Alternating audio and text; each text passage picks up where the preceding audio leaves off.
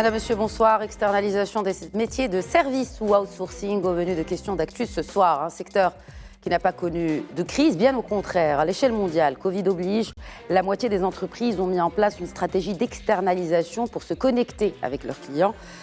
Pour l'année dernière, notez ce chiffre, 75 milliards de dollars dépensés rien que pour l'externalisation de la sécurité. Au Maroc, selon les chiffres de la Fédération marocaine de l'externalisation des services, ce secteur a décroché la première place du podium d'employeurs en 2020, troisième dans le classement des générateurs de devises pour le pays. Le secteur a en effet connu une croissance importante depuis le début des années 2000. Et alors que l'externalisation est susceptible de continuer à croître, les fonctions qui sont externalisées, les entreprises qui dépendent de cette externalisation, peuvent-elles changer? Comment alors les opérateurs marocains se sont-ils préparés à ce genre de mutation? Et quelles perspectives de croissance à l'avenir? Pour répondre à ces questions et à bien d'autres, j'ai le plaisir d'accueillir deux acteurs majeurs du secteur, en tout cas ceux qui les représentent, les personnes de Youssef Cheraibi, président fondateur d'Outsourcia, également président de la Fédération marocaine de l'externalisation des services. Bonsoir Youssef Cheraibi, merci d'être avec nous.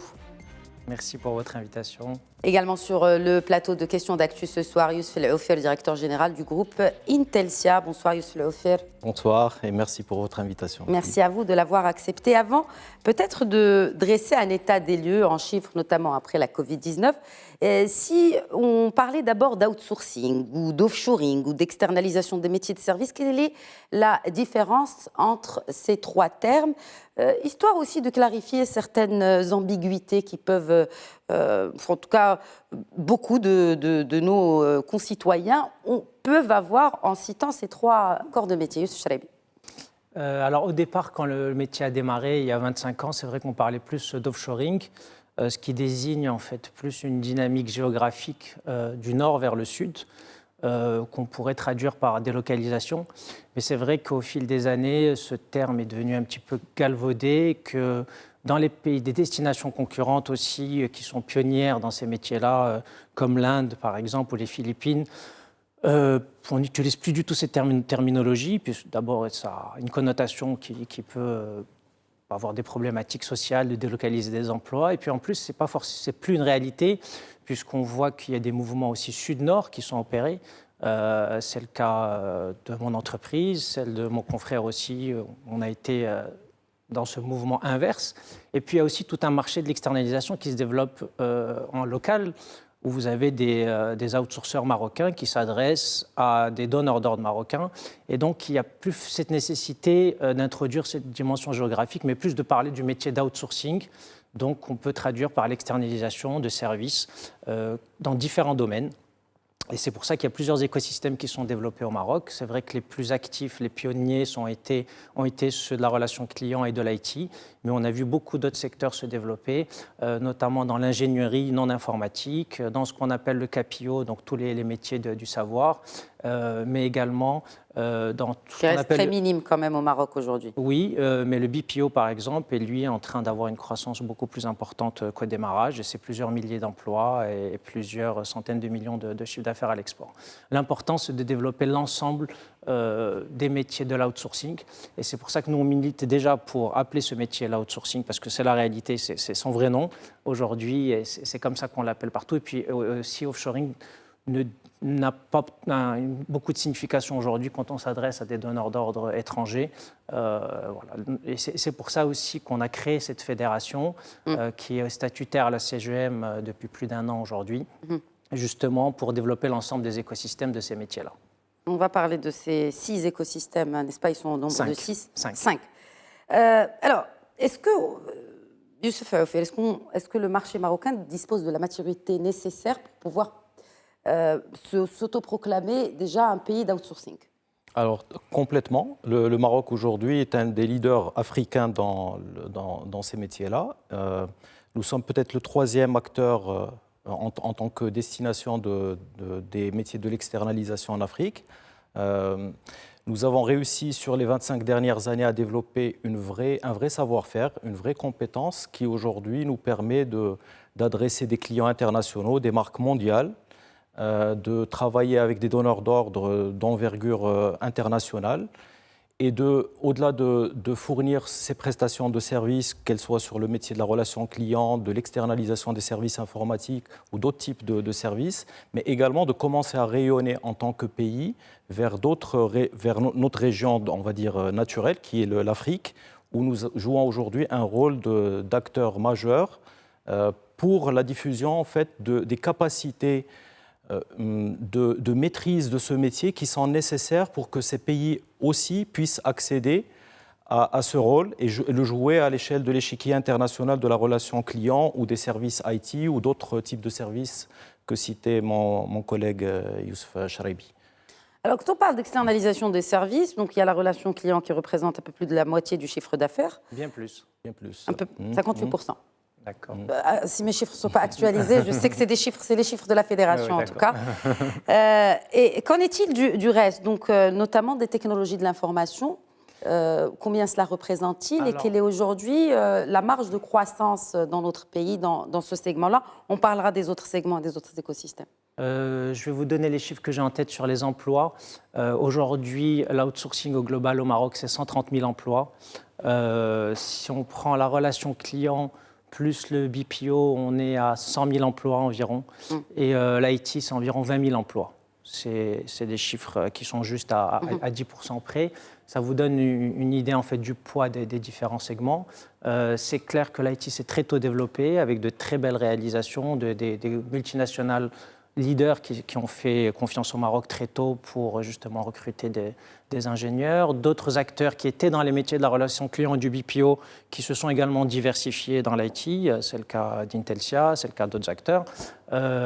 Et en fait, l'idée, c'est que nous, ce qu'on veut, c'est continuer à développer l'ensemble de ces écosystèmes et où on a pour le coup un point commun qui est celui de la raréfaction des ressources qualifiées. Et on le voit dans notre métier de la relation client, on le voit dans l'IT, on le voit dans Est-ce qu'il y a justement des actions avec les pouvoirs publics dans ce sens pour pallier à ces manques-là? Ça fait 25 ans qu'on parle du sujet, qu'on a testé différents programmes de formation adaptés à notre secteur, qu'on a essayé de travailler sur les problématiques de soft skills qui sont très importantes et où on a beaucoup notamment de difficultés à gérer la question des langues, puisque ça reste le critère numéro 1 pour recruter. Il faut savoir qu'aujourd'hui, on intègre uniquement 5% des personnes qui se présentent chez nous, donc il y a un énorme gâchis en termes de potentiel de création d'emplois. Il y a eu un rythme d'environ 10 000 créations d'emplois nettes chaque année. Nous, on considère qu'on aurait pu être au double ou au triple si on avait trouvé le vivier. Pour les relations clients? Non, je parle de tous les secteurs confondus. De tous les secteurs confondus, d'accord. Et c'est d'ailleurs aussi la raison pour laquelle on va en Afrique. Ce n'est pas pour trouver des marchés en Afrique ou des clients, mais c'est essentiellement pour accroître nos possibilités de recrutement avec des viviers plus importants, puisqu'on a vu qu'on avait beaucoup d'Africains qui venaient au Maroc, et il y en a encore aussi aujourd'hui une part importante qui sont employés chez nous en Afrique, mais on a vu que c'était aussi intéressant d'y aller directement nous-mêmes en investissant et ne pas considérer que c'était des pays concurrents, mais qu'on était réellement dans une logique de coproduction et de partage de cette chaîne de valeur avec des ressources qui vont avoir différentes spécificités, différents talents, différents coûts aussi. Exactement, j'allais y venir. Est-ce que ça coûte moins cher aujourd'hui une délocalisation, excusez le terme, parce que bon, apparemment, c'est vrai que c'est pas la conjoncture ne permet pas d'évoquer ce genre de terme, mais est-ce que ça coûte moins cher de délocaliser en Afrique?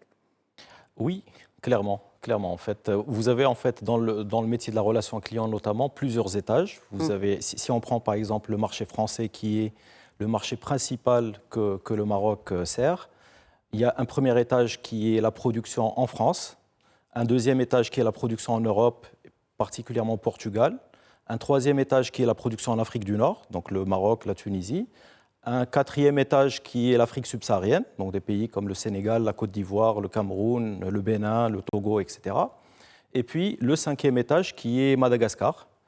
Donc vous avez en fait toute une matrice de services et de coûts que les clients donneurs d'ordre vont choisir en fonction de leurs contraintes économiques, de leurs contraintes sociales, de leur agenda politique pour pousser des prestations dans un ou l'autre de ces endroits.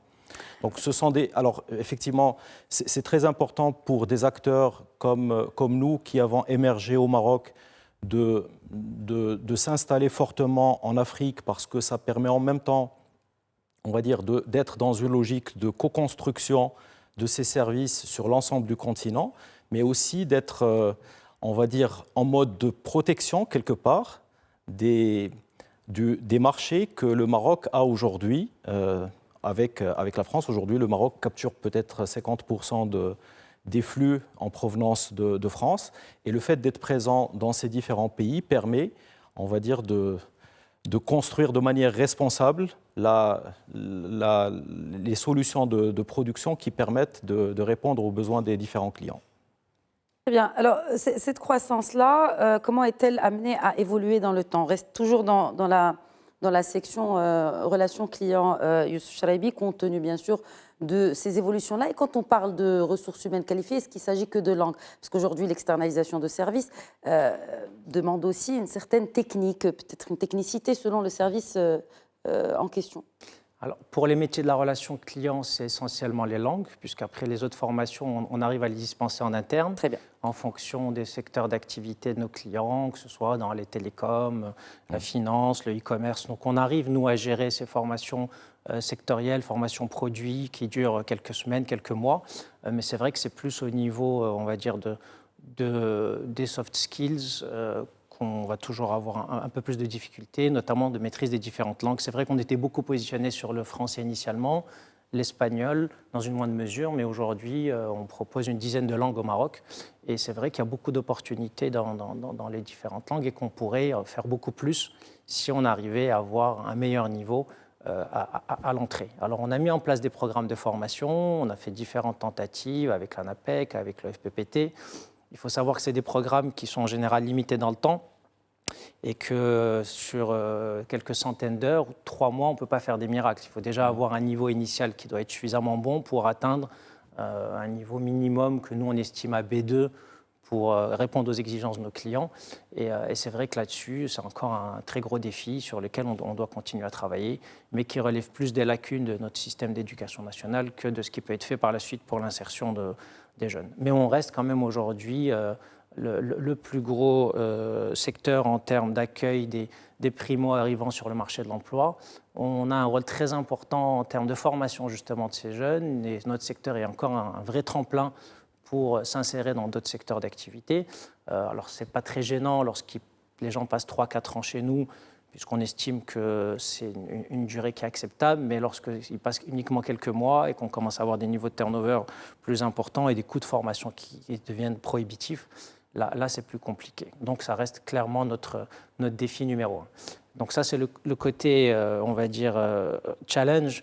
Mais à côté de ça, ça fait 25 ans que le secteur existe, ça fait 25 ans qu'on fait de la croissance, qu'on génère de plus en plus de revenus à l'export, qu'on crée des emplois nets. Il devient plus difficile d'y investir, enfin, d'investir dans ce segment-là. Non, les acteurs qui sont en place continuent à faire de la croissance. Les petits moyens acteurs, on ne peut pas en dire autant. Effectivement, on est un secteur qui s'est consolidé. On voit qu'il y a des acteurs de très grosse taille qui sont présents dans plusieurs pays. Et il y a des mouvements de fusion-acquisition qui sont très importants. Et c'est comme dans tout secteur qui devient plus mature, forcément, les nouveaux entrants ont un peu plus de mal. Mais globalement, tous les gros acteurs du secteur ont eu une grosse opération en cours en ce moment Il y en a toujours. Il y a toujours des grosses opérations. C'est-à-dire qu'on voit avec la crise, à chaque fois qu'on a eu des crises, on a continué à créer des emplois, à générer des revenus. Et puisqu'on voit qu'en fait, on est justement là avec une promesse d'optimisation de modèle économique de nos clients, de réduction de coûts, d'apport de flexibilité. On a vu avec le télétravail aussi qu'on a pu apporter des solutions qui ont permis de garantir une continuité de service à nos clients. Donc il y a beaucoup d'innovation, de réactivité, d'agilité qui fait qu'on résiste bien aux crises et on en sort plutôt renforcé. Alors peut-être juste pour compléter ce que disait Youssef concernant la langue, effectivement aujourd'hui la maîtrise de la langue est un problème puisque nous avons de plus en plus de mal à accéder à des ressources qui parlent parfaitement le français. Mais au-delà de ça, il y a une vraie opportunité internationale à côté de laquelle nous passons complètement puisque aujourd'hui le marché français de l'outsourcing ne représente que quelques pourcents du marché mondial.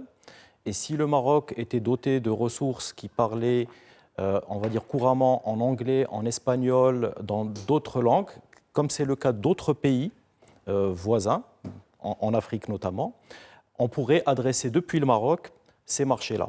On pourrait vraiment offrir une alternative au marché de, et là je réutilise la fameuse formule galvaudée de l'offshore, qui est en fait l'offshore lointain pour le marché américain notamment, qui est l'Inde, les Philippines, etc. On pourrait avoir, de par notre position géographique, de par notre proximité de l'Europe, d'autres opportunités sur le territoire marocain pour servir des clients anglophones, des clients de l'Europe occidentale, qu'on adresse aujourd'hui très très peu. Il y a aujourd'hui des opérations qui sont fournies dans ces langues, mais pas suffisamment et pas, on va dire, en cohérence avec le potentiel de ces langues-là dans le marché de l'externalisation.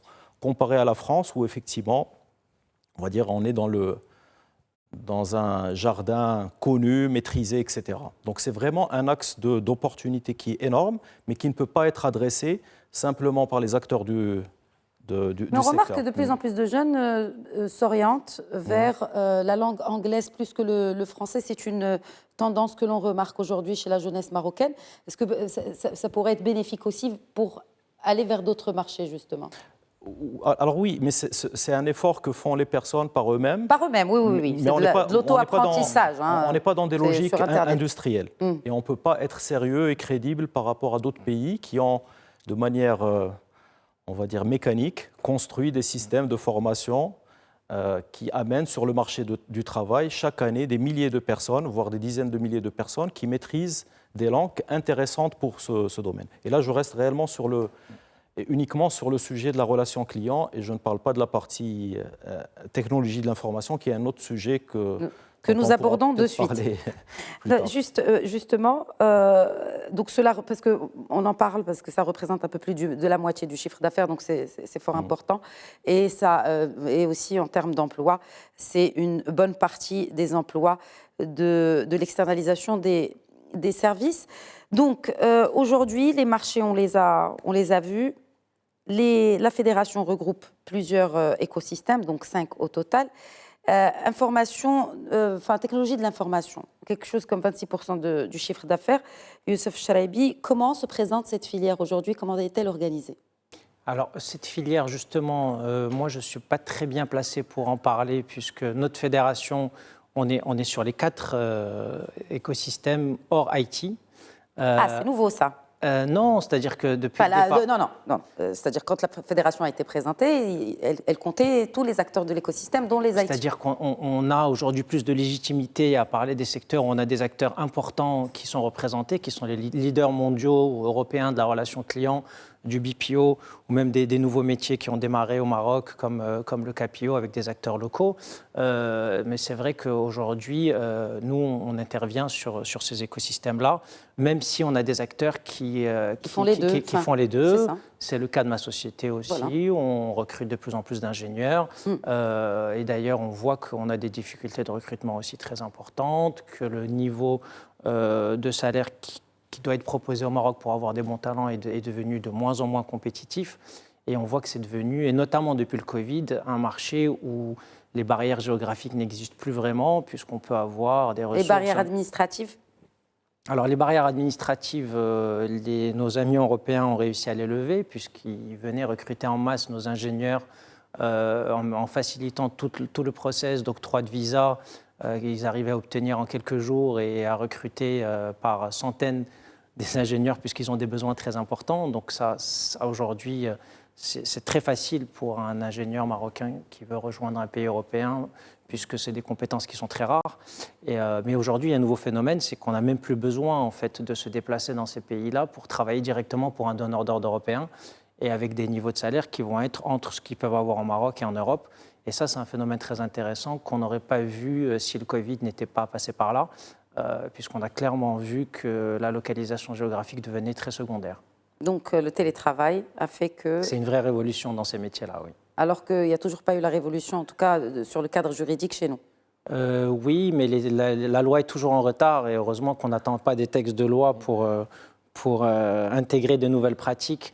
Tout en sachant qu'on n'est pas hors la loi, puisqu'à partir du moment où il n'y a pas de texte, ça veut dire que c'est des conditions contractuels qui vont prévaloir et on a tous mis à jour nos contrats de travail avec des avenants qui permettent justement, sur la base du volontariat, de proposer cette alternative à toutes les personnes qui souhaitent le faire, que ce soit avec du télétravail en permanence ou des solutions alternées qui sont les plus intéressantes pour nous, pour maintenir ce lien avec l'entreprise. Et donc aujourd'hui, ça se fait dans un cadre qui est spécifique, qu'on a mis en place et que chaque entreprise a mis en place à son niveau.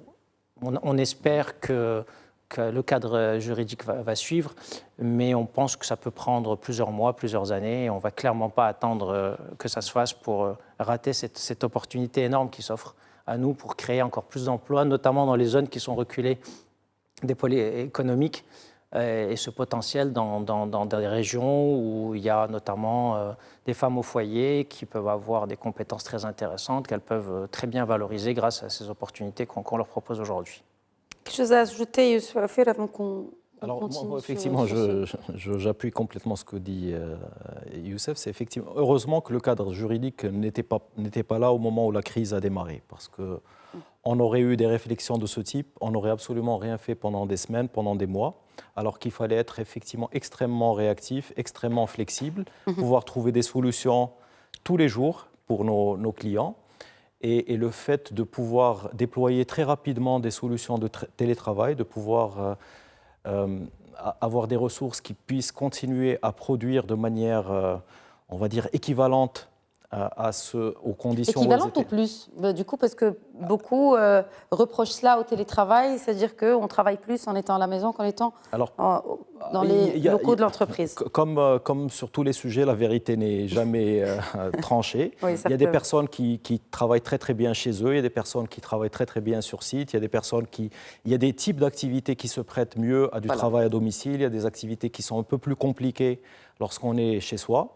Mais heureusement que ce cadre, on va dire, qu'il n'y avait pas de contrainte par rapport à cela, il y avait déjà une contrainte extrêmement importante du côté de nos clients qui était, entre guillemets, cette angoisse de l'inconnu, cette peur des problèmes de sécurité qui pouvaient subvenir quand on a des personnes qui travaillent chez eux et qui ne sont pas, entre guillemets, contrôlées. Mais grâce, on va dire, aux technologies qui étaient disponibles, grâce à la flexibilité, en fait, réellement, cette crise a permis vraiment de justifier, s'il fallait encore le faire, la raison d'être des outsourceurs. Si nos clients n'avaient pas des prestataires comme nous, et quand le nous est un nous général, ils n'auraient absolument pas pu réagir à la crise telle qu'elle s'est présentée. C'est grâce à des entreprises qui se sont construites par la flexibilité, par l'agilité, par la capacité à réagir à des situations différentes et qui ont des capacités justement internationales dans différents pays. Parce que vous imaginez quand un pays décide de fermer du jour au lendemain sans prévenir et que vous avez des opérations qui se déroulent sur ce pays, si vous n'avez pas prévu des solutions de secours dans d'autres pays, etc. Et si vous n'avez pas la technologie pour interconnecter tout cela, et si vous n'avez pas les process pour aller très vite dans ce genre de situation, vous ne produisez pas. Et quand vous ne produisez pas, vous ne rendez pas le service à vos clients. Ils vont aller voir ailleurs, vous perdez du business, c'est des opportunités qui partent du pays. Et alors, ce qui s'est passé pendant la crise du Covid, c'est complètement l'inverse. C'est-à-dire que quasiment tous les acteurs ont pu montrer qu'ils étaient extrêmement réactifs, qu'ils avaient les capacités à trouver des solutions en quasi temps réel et à suivre l'évolution des situations des différents pays. Et ces entreprises ont apporté des solutions. Des entreprises, enfin nous en particulier, nous avons pu déployer en quelques semaines plus de 7 ou 8 000 personnes en télétravail entre le moment où la crise s'est déclenchée et la fin du mois d'avril. Donc, oui. Et c'est vraiment caractéristique de notre secteur et de son potentiel aussi de développement. Parce que quand quand vous parlez de potentiel de développement, on a déjà évoqué cette question avec Youssef Charabi dans une autre émission. Vous parlez de raison d'être d'un outsourceur et de l'agilité. Quelle serait la raison d'être d'un outsourceur dans 10 ans, avec l'intelligence artificielle, par exemple? Est-ce que déjà on commence à se préparer là-dessus? Surtout que quand on parle d'innovation, en tout cas de technologie de l'information, Youssef était resté un peu flou sur la question. Donc c'est indéniable et c'est intrinsèque à l'évolution du secteur que cette digitalisation un peu des services. Alors il y a deux choses. Il y a effectivement la prestation d'externalisation de services informatiques. Donc ça, c'est ce qu'on appelle l'ITO. L'ITO, oui. Et donc c'est à peu près la même chose que la relation client, sauf que c'est spécifique au métier de la technologie. Ce sont des ingénieurs qui vont gérer des réseaux, qui vont gérer des systèmes, qui vont développer des applications, dans une logique, encore une fois, externalisée. Et puis, il y a l'arrivée de la digitalisation dans le secteur de la relation client. C'est cela.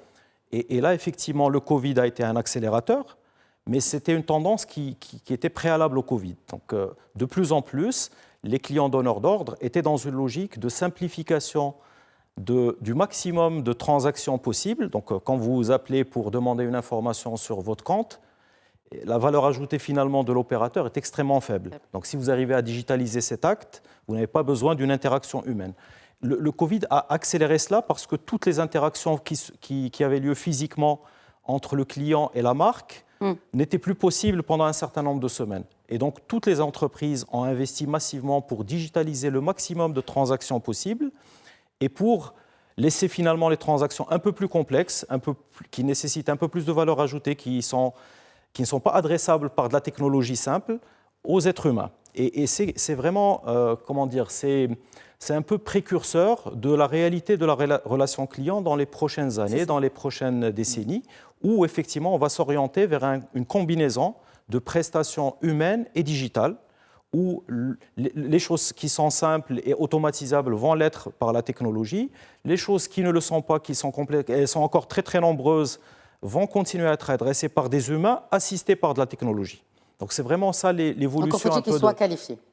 Il faut qu'ils soient qualifiés. Il faut qu'on se prépare à cela quand même. Alors les opérateurs de la relation client sont aujourd'hui des jeunes qui sont entre guillemets, des digital natives, des personnes qui sont nées avec Internet, qui sont nées avec les téléphones portables, qui sont à l'aise sur les réseaux sociaux, etc.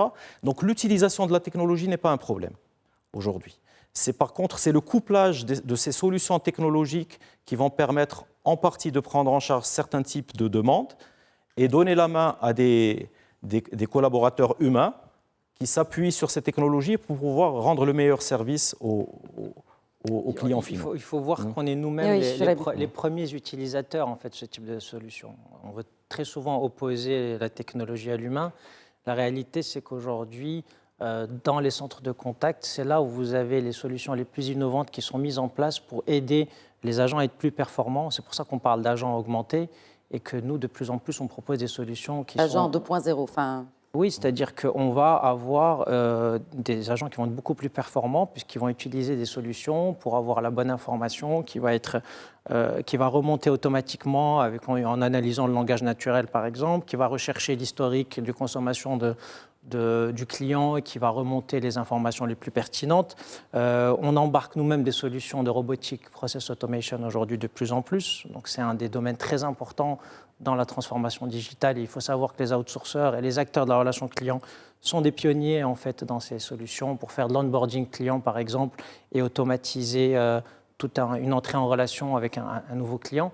Donc on embarque ce type de solutions, on les intègre, que ce soit celles de nos clients ou nous-mêmes on peut être intégrateur d'autres solutions et on s'est diversifié dans ces métiers-là. Et aujourd'hui, clairement, on ne peut plus d'un côté se dire nous on offre une solution humaine et puis il y a des acteurs qui offrent des solutions techniques. Aujourd'hui, on offre des solutions globales bundlées et c'est ce qui fait qu'on va de plus en plus vers des acteurs qui offrent des solutions complètes et non plus des preneurs d'ordre qu'on pouvait connaître il y a 25 ans où on allait juste répondre à des scripts qu'on allait demander d'opérer. Aujourd'hui, on propose des solutions qui sont globales avec des process, de la techno et de l'humain.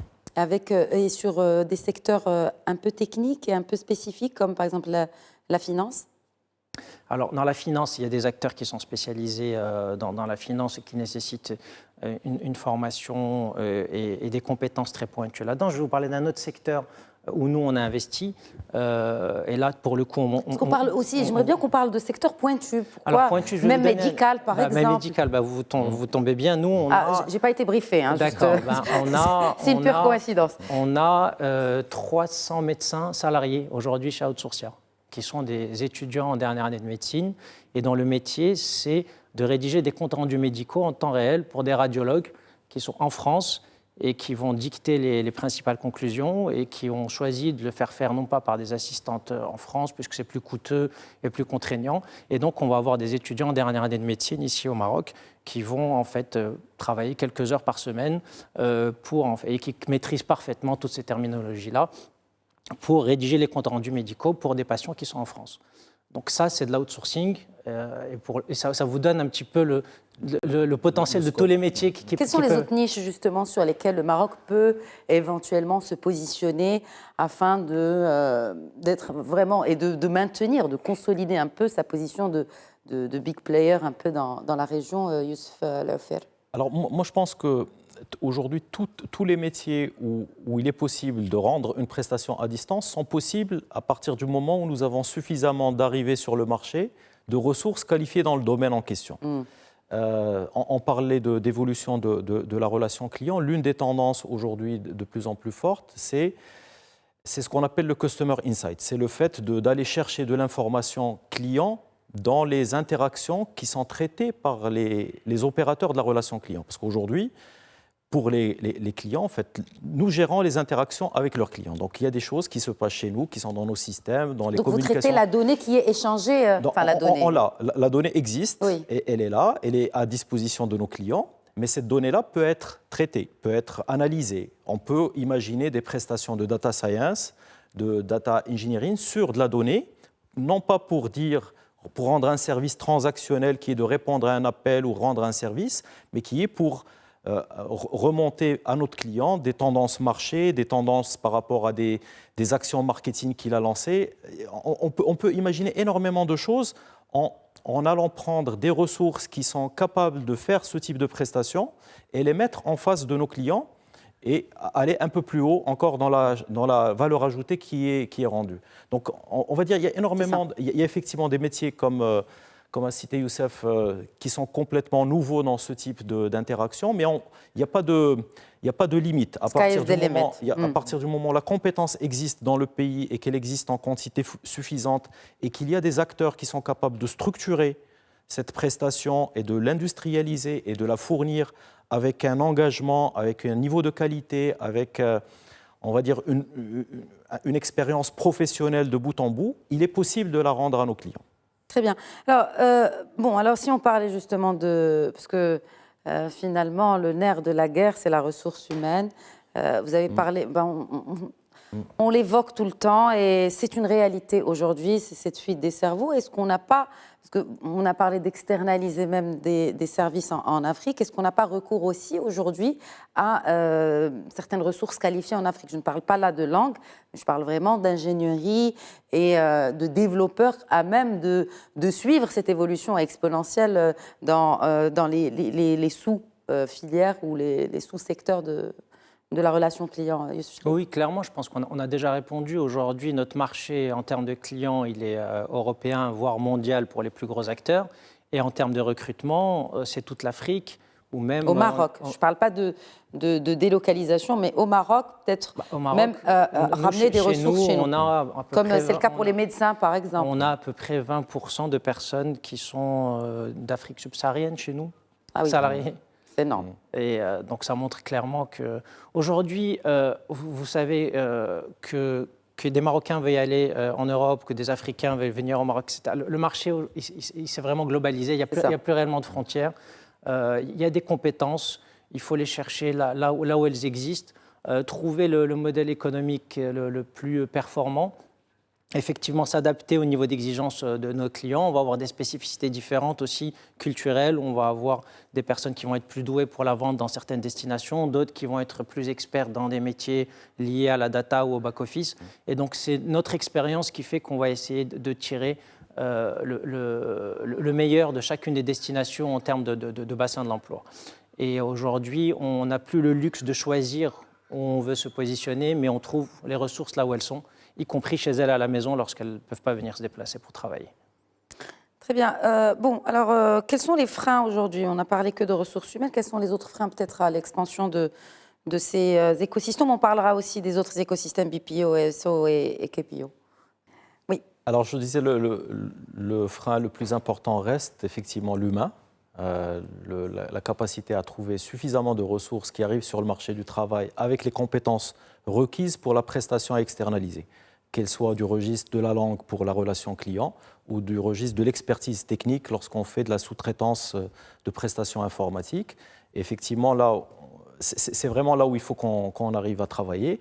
Maintenant, il y a aussi d'autres éléments qui sont importants, c'est qu'effectivement, le secteur de l'outsourcing a bénéficié d'une impulsion très importante qui a été donnée il y a une dizaine d'années, une quinzaine d'années, dans le cadre du plan émergence, qui effectivement était très pertinente à l'époque, avec des mesures qui étaient extrêmement, encore une fois, pertinentes par rapport aux objectifs qui étaient recherchés à l'époque. Mais aujourd'hui, on arrive à une situation d'essoufflement où effectivement, il faut un coup de boost supplémentaire pour aider les acteurs qui agissent depuis le Maroc, notamment sur le plan de la fiscalité, sur le plan de la formation, sur le plan on va dire du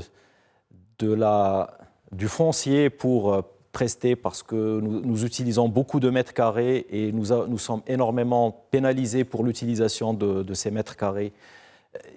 Il y a énormément de points sur lesquels, en particulier alors sur la formation, aujourd'hui, il y a des dispositifs de remboursement qui sont gérés au niveau de l'ANAPEC, mais qui ne sont plus pertinents aujourd'hui parce que nous avions des remboursements de formation basés sur des crédits individuels.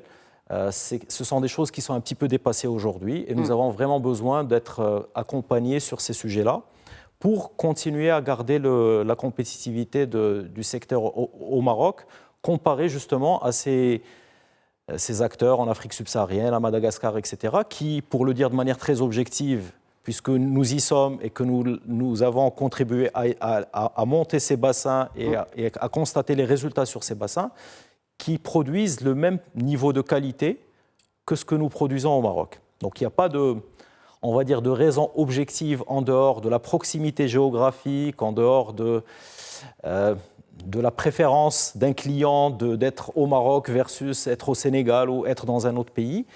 Sur le plan de la prestation, l'ensemble de ces pays sont capables de délivrer le même niveau de prestation.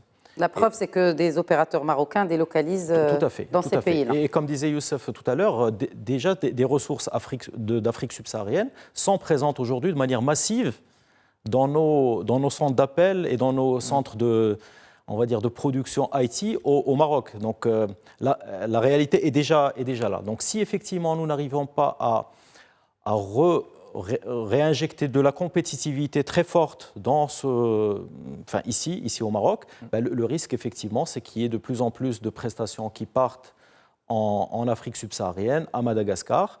Et voilà, donc nous avons quand même des points forts. Les points forts, c'est effectivement notre proximité géographique. C'est la qualité de nos infrastructures, parce que clairement, lorsqu'on est dans les zones dédiées à la prestation d'outsourcing au Maroc, on est sur des niveaux ou des qualités d'emplacement qui sont largement supérieures à ce qu'on peut trouver dans d'autres pays d'Afrique. La qualité des télécommunications ou de l'infrastructure de télécommunications en général au Maroc est largement supérieure à ce qu'on peut trouver dans les pays d'Afrique. Mais ce sont des choses qui se rattrapent dans le temps. Donc il ne faut pas... L'infrastructure au niveau électrique aussi. L'infrastructure on a vu dans d'autres pays d'Afrique, c'est pas évident. Donc nous avons ces avantages-là, mais ce sont des avantages, encore une fois, rattrapables par ces pays. Par d'autres pays, oui. Par d'autres pays, donc nous avons besoin... Et puis il y a d'autres pays qui sont, on va dire, sur d'autres langues, qui sont voisins, et qui arrivent à construire de la compétitivité très forte, tout en ayant ces mêmes avantages. Très bien. Vous parlez de l'Égypte ? Notamment, oui. Alors, l'Égypte, la Tunisie également. La Tunisie. Youssef Charaibi, alors justement, quand on parle de cette organisation du secteur, vous, en tant que fédération, d'abord, comment est le dialogue avec la tutelle ? Est-ce qu'on parle d'une tutelle ou deux tutelles pour le secteur ? Il y a une tutelle. On travaille avec donc le ministère de l'Industrie, comme on l'a toujours fait. C'est vrai qu'aujourd'hui, dans le secteur de l'outsourcing, il peut y avoir des interactions avec le ministère du numérique, et donc c'est le cas des métiers de l'IT. Mais concernant nos métiers à nous d'outsourcing hors IT, on continue à travailler avec... Parce que l'externalisation des services, ça peut être aussi l'automobile. Enfin, je veux dire, c'est une industrie comme l'automobile. Oui, exactement. C'est une industrie comme l'auto, c'est une industrie de services. Voilà, et c'est pour ça que pour nous, c'est des problématiques industrielles, des problématiques, comme a dit Youssef, de foncier, de ressources humaines. Il y a une stratégie dans ce sens. Et après, bien entendu, tous les métiers touchent au digital quelque part. Maintenant, la métallurgie touche au digital. Et même l'automobile, demain. Donc, c'est pour ça que nous, on dit notre métier, c'est l'outsourcing, ce n'est pas le digital. Et donc, on reste géré par notre ministère de tutelle historique et celui de l'industrie, même si, bien entendu, il peut y avoir des interactions fructueuses avec le numérique. C'est déjà le cas aujourd'hui, depuis que, justement, le numérique ne fait plus partie du département de l'industrie, que c'est un ministère à part avec... Alors, c'est encore un peu tôt. C'est un peu tôt, c'est en train de se mettre en place. Très bien. Est-ce que déjà il y a une stratégie de la fédération dans ce sens et qui peut mettre en place un plan d'action afin de répondre, parce que ça bouge vite et que la compétitivité du Maroc est en jeu alors compte tenu de cette forte compétition sur le continent. Alors notre contrat de programme est en attente de... En fait, on avait une première version qui était prête à être signée, donc les élections sont arrivées. Avec l'ancien gouvernement, avec l'ancien gouvernement, on a un nouveau ministre avec lequel on parle justement de ces problématiques de compétitivité qu'a cité Youssef. On a des zones dédiées, par exemple, qui ont été mises en place pour promouvoir le secteur, mais où il y a des prix des loyers qui continuent à augmenter. Et pour les investisseurs étrangers qui viennent, qui se disent, bon, déjà, on commence à avoir d'autres pays avec des conditions beaucoup plus attractives, ce n'est pas évident de rester à conditions égales, mais si en plus on commence à avoir des loyers qui augmentent et qu'on n'a pas en fait des mesures qui nous donnent envie de ne pas arbitrer. Quand vous dites zone dédiée, je vais m'arrêter là-dessus. C'est Casa Shore, Rabat Technopolis, Feshore, etc. Et si on délocalisait dans des régions où le foncier coûte moins cher? Oui, ça peut être une option, et c'est pour ça qu'il y a d'autres régions qui se développent. Mais déjà, celles qui ont fait naître ce métier, il faut qu'elles restent compétitives. Et on ne peut pas se permettre d'avoir des loyers qui augmentent de 10% à un moment où on a des opportunités partout ailleurs dans tous les pays, et à un moment où les salaires au Maroc sont les plus élevés dans toute l'Afrique. C'est-à-dire que soit on se donne les moyens, et puis on a vu que le bilan socio-économique est largement excédentaire pour le Maroc. C'est-à-dire que les dirhams qui ont été investis dans ce secteur ont rapporté très largement, que ce soit en revenus à l'export, d'autant que nous, on n'a pas d'intrants, contrairement à toutes les autres industries qui doivent importer pour pouvoir réexporter. Qui dépendent des cours des matières premières. Voilà, nous, notre seule matière première, c'est notre matière grise. Et donc, c'est de la contribution nette. Et ça a énormément de valeur. Donc, ça vaut le coup, en fait, de se dire, c'est un secteur qui crée beaucoup de richesses, beaucoup d'emplois. Qu'est-ce que nous allons faire? Combien pour chaque dirham investi Alors, on était sur un rapport de 1 à 7, il me semble. On avait fait le travail il y a quelques années. Il faudra que ce soit revu. Mais en tout cas, c'est très largement excédentaire. Et donc, à partir de là, vu que les salaires, on ne va pas pouvoir les baisser, et ça, à la limite, c'est une preuve de développement d'une économie émergente. On continue à avoir des salaires qui augmentent. Donc ça, là-dessus, on ne pourra jamais être compétitif. Mais sur le reste, aussi bien, en fait, il y a aussi des taxes qui sont contre-productives. Si vous parlez de patentes, de taxes professionnelles. La taxe professionnelle qui est au mètre carré sur un secteur qui consomme. Avec le télétravail, cela devrait être dépassé. Oui, c'est clair qu'on en aura besoin un peu moins. Mais néanmoins, ce n'est pas un signal positif qui est donné aux entreprises qui ont investi il y a plusieurs années et qui veulent rester, qui sont dans une logique justement de pérennité. Il faut les fidéliser avec des taxes qui leur donnent envie de rester et non pas envie d'arbitrer pour aller ailleurs. Donc là, il y a quelques incohérences qu'il faut lever et on travaille dessus dans le cadre du nouveau contrat programme. Parce qu'il faut juste effectivement préciser que là, nous sommes deux entreprises, on va dire, d'émanation marocaine qui se sont développées à l'international. C'est les plus grands players, en tout cas du secteur. Mais en face de nous, il y a d'autres entreprises qui sont des entreprises européennes, américaines, etc., qui sont implantées au Maroc et qui n'ont pas d'attachement particulier au pays. L'attachement, c'est la compétitivité du pays qui fait que... Donc c'est vraiment là où il faut être extrêmement vigilant et être extrêmement réactif en termes de mesures pour maintenir cette compétitivité. Et puis saisir l'opportunité mondiale, parce que là on adresse aujourd'hui le marché français qui, sur la partie, on va dire, CRM par exemple, représente peut-être 2,4 ou 2,5 milliards d'euros par rapport à un marché mondial du CRM qui est peut-être Qu'est-ce que le CRM ? C'est la relation client. C'est la relation client qui est peut-être 40 fois plus gros. Donc, je veux dire, ce n'est pas un problème d'opportunité. L'opportunité est là. l'opportunité nécessite des ressources humaines, elle nécessite des acteurs qui savent gérer ce genre de prestations. Et nous avons l'expérience, Youssef, là aussi, de faire la même chose que ce que nous faisons au Maroc dans 16 autres pays sur 4 marchés, français, espagnol, portugais et américain, et c'est exactement la même chose. Dire, personne ne peut vous dire non, une entreprise américaine qui fait de la relation client fait des choses différentes de ce que nous sommes capables de faire. Donc nous sommes capables de le faire et de le faire mondialement. Et moins cher, enfin qu'aux États-Unis. Non, moins cher, oui. Oui. Nous ne sommes pas capables de le faire pour les États-Unis parce que nous n'avons simplement pas les mêmes, on va dire, quantités de personnes qui sont capables de parler en américain ou en anglais au Maroc, tout simplement. Et qu'un client américain est forcément un client qui va, entre guillemets, commander des prestations à plusieurs centaines, voire plusieurs milliers de collaborateurs, parce que les entreprises américaines sont très grandes et leurs besoins sont énormes. Est-ce qu'il n'y a pas d'institut, justement, qui est dédié à ce genre de métier chez nous? Est-ce qu'il y a déjà eu un projet dans ce sens, messieurs? Alors, il y a un projet en cours donc, de création d'une société anonyme avec l'OFPPT et où on va être associé en fait, avec la fédération. Donc, on sera en fait un petit peu sur le modèle de ce qui a été fait dans l'aéronautique. C'est cela, je pensais au modèle d'aéronautique parce que exactement l'IMA, c'est un vrai succès. Donc, est-ce qu'on peut peut-être le développer dans d'autres secteurs? C'est le projet en cours. Donc, vraiment pour mettre en place un institut spécialisé où on va être non plus des donneurs d'ordre pour dire voici le type de formation dont on a besoin, mais on va être totalement impliqué aussi bien dans l'ingénierie de formation que dans tous les programmes qui vont être mis en place, leur déploiement, et qu'on soit co-constructeur de ce projet. Et je pense que c'est la seule façon qui va nous permettre justement de coller au mieux à nos besoins. Et on est en train de travailler sur ce sujet. Et que pouvez-vous nous dire un peu sur l'organisation du secteur, sur tous les acteurs? Est-ce que tout le monde est sur la même longueur d'onde? En fait, il y a plusieurs types d'acteurs. Vous avez des géants mondiaux qui se sont installés au Maroc très tôt et qui aujourd'hui sont présents à l'échelle planétaire. Je vais citer des acteurs comme Webhelp, Téléperformance, Majorel. Vous avez des acteurs d'origine marocaine comme Iltensia qui sont internationalisés. Vous avez des acteurs marocains de moindre taille comme Outsourcia ou d'autres qui sont également internationalisés et qui ont plus des problématiques de start-up qui sont devenues des PME et qui sont en train de se diversifier dans d'autres métiers.